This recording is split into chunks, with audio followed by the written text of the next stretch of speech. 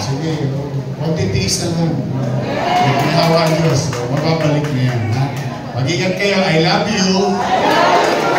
Thank you very much sa inyong lahat. Okay.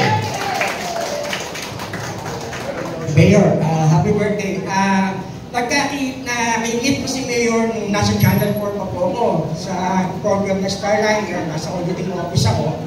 And then, this year, kasama niya si Herman, Master Showman Herman Moreno.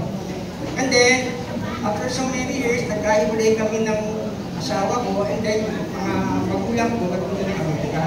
So I was there at the house, I'm there at the penthouse ng bahay ng kapatid ko. So I was suffering severe depression. So I went to your office. I remember this was, I went to your office. Dahil nakita ko meron kang program na Rescue for the Homeless. Then, wala ano.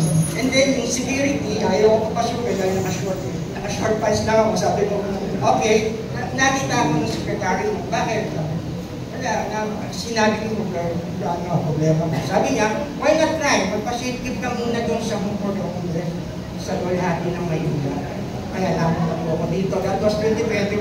At nice to say to you na nakarecover ako. Nawala yung siguro depression. And then, actually of your name, I hope you like it and I read it for you. Okay? Ito pa. Mayor Isko. I, despite the lot of the things that you have done, to us you are the best, the greatest one. Yes, so good on doing the right things in many ways. You are so perfect, no one can ever replace.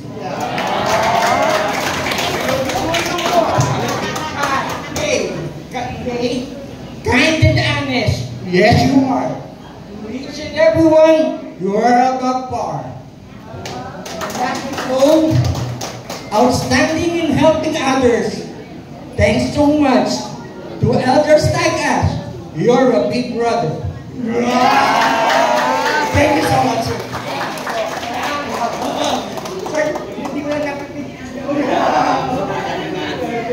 Thank you. Nagkapala ka pa. Thank you. But more than anything else, I'm happy that this type of facility run and operated by the city government since time immemorial is doing its part and duties.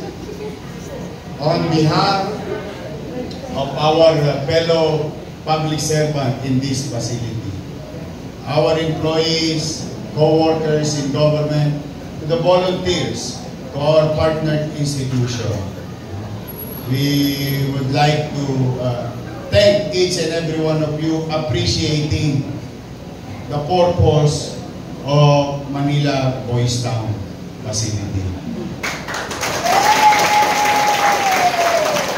Kung nararamdaman ninyo ang pagmamahal dito, kung nararamdaman ninyo ang pagkalinga dito, kung nararamdaman ninyo ang pagbibigay ng pahalaga sa inyo, masaya na po kaming lahat ng mga lingkod bayan.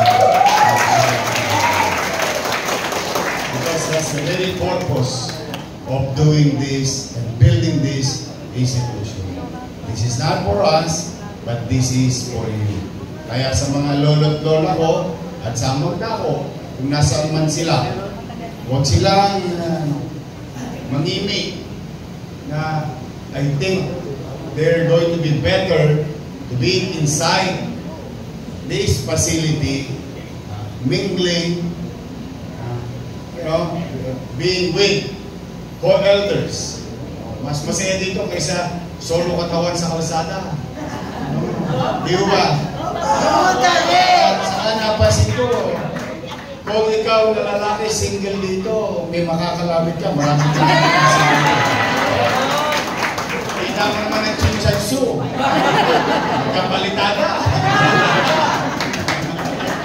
Yeah? At yung mga lola-lola ko, may mga klasik pa dito. I think it would be better for you, kung saan man sila ngayon, o kaya yung iba natin kapabayan, Meron nakikita mga matatanda sa kalsada, pag malasakitan na nila, dalhin nila dito. Welcome kayo dito. Kasi talaga, gusto namin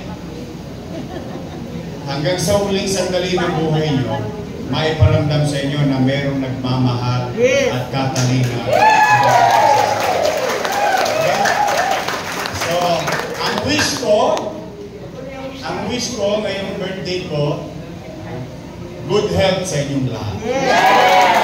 Dahil ko ang wish, para sa inyo yung wish nyo. Muli, maraming salamat. Pagpalain kayo ng buong Bayapa.